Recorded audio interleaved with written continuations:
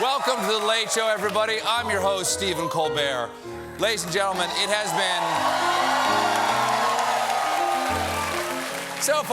been a rough start to the school year for Donald Trump. His report card is definitely going to say, has problems working and playing well with others.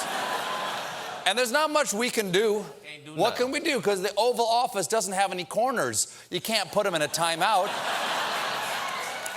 Because it's open warfare between Donald Trump and the Republicans. It all started in an attempt to avoid open warfare with North Korea. You see, Secretary of State and disappointed father tribute head Rex Tillerson was in the middle of tense negotiations about North Korea and their nuclear program when Donald Trump tweeted that Tillerson was wasting his time trying to negotiate with little rocket man. You know. Oh, we all know. Wow. Everybody knows. Everybody knows there is no better way to diffuse a tense nuclear standoff than with insult humor. Who can forget during the Cuban Missile Crisis when Kennedy tweeted, "Cue ball at Khrushchev and little Beatty don't have the balls. I double dog dare you to push the button." Is that it? Little bit. I double dog dare you. I double dog. Well, today in an interview with Forbes, Trump defended his actions toward Tillerson, saying he was wasting his time. I'm not undermining. I think I'm actually strengthening authority. Yes, I'm not burning your house down. I'm lowering your heating bills. Now, to thank him for all that strengthening of authority, Tillerson called him a moron. But allegedly. Oh, my goodness. But today, was this today? This morning, Donald Trump had an answer for that too. I think it's fake news, but if he did that, I guess we'll have to compare IQ tests, and I can tell you who is going to win. Me too, because we have the results of their IQ test right here. Tillerson scored a 120. It's above average, not genius, but still pretty good. And we have Donald Trump's results right here. It's a drawing of a big truck that says MAGA. And there's Trump right there saying honk honk. And here's Rex Tillerson, but Trump calls him Rex Smellerson, okay?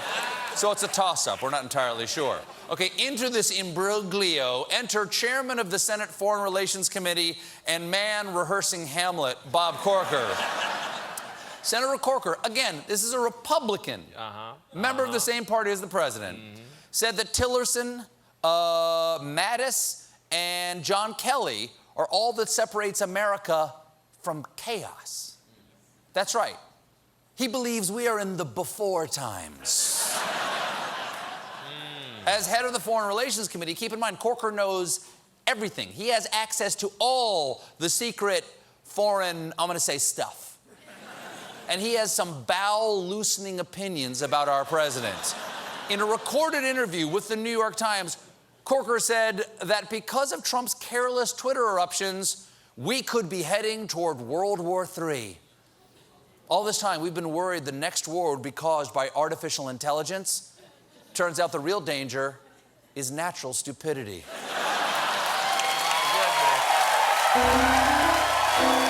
I'll miss us. We had a good run.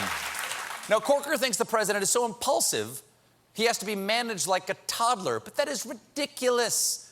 Our commander-in-chief proved he can be trusted with the nuclear triad with this mature response. The failing at New York Times set little Bob Corker up by recording his conversation was made to sound a fool. That's what I'm dealing with.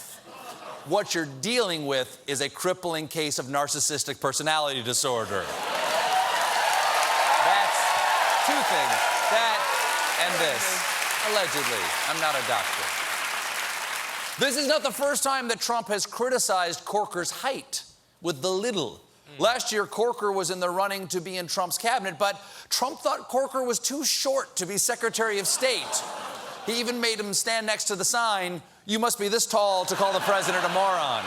Wow. And today we learned that Corker might be onto something because, according to Politico, White House aides used delays and distraction to manage Trump. Chief of Staff John Kelly has tried to limit bad decisions by blocking information from the president's desk. And sometimes staffers would even distract him with a visual aid like charts on how farmers might feel about ending the North American Free Trade Agreement. And an executive of the Trump Organization explains that you either had to just convince him something better was his idea or ignore what he said to do and hoped he forgot about it the next day. Because, like a toddler, Trump lacks object permanence. What NAFTA deal, Donald? There's no NAFTA deal. It rolled behind the couch. It's gone forever. Well,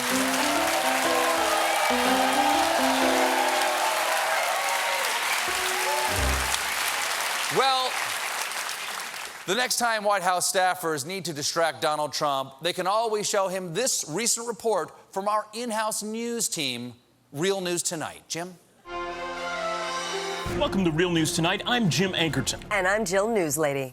And I'm receiving a breaking news story right here. Puerto Rico is still reeling from Hurricane Maria, with 85% of the island still without power and 40% without potable water. We'll have more on this story tomorrow, or maybe in a couple of weeks. Maybe after Christmas. But for now, look at this chart. Ooh, so many bright colors. The number of smiling farmers on charts is skyrocketing. And there's big news from North Korea, where, you know what? Reading ahead, I'm not going to share this one with the president. Let's move on. The latest approval numbers are in for President Trump, and it's looking very positive because he's still in the positive numbers. We'll have more on that eventually. But for now, let's introduce the newest member of the Real News team, Pepper the Puppy Pundit. What's that, Pepper? What do you mean the president is killing any chance of passing legislation by alienating members of his own party in Congress? Whoa, Pepper, let's not bore the president with that sort of information. Good luck, Pepper, on your new assignment, chief correspondent to the Farm Upstate. Coming up, Webster's announces the word of the year is the president's very own little, spelled with double D's. That's right, double D's. Even his hilarious nicknames have large breasts. I wish I had large breasts so the president would love me. Thank you, guys. They do such a good job. They do such a good job.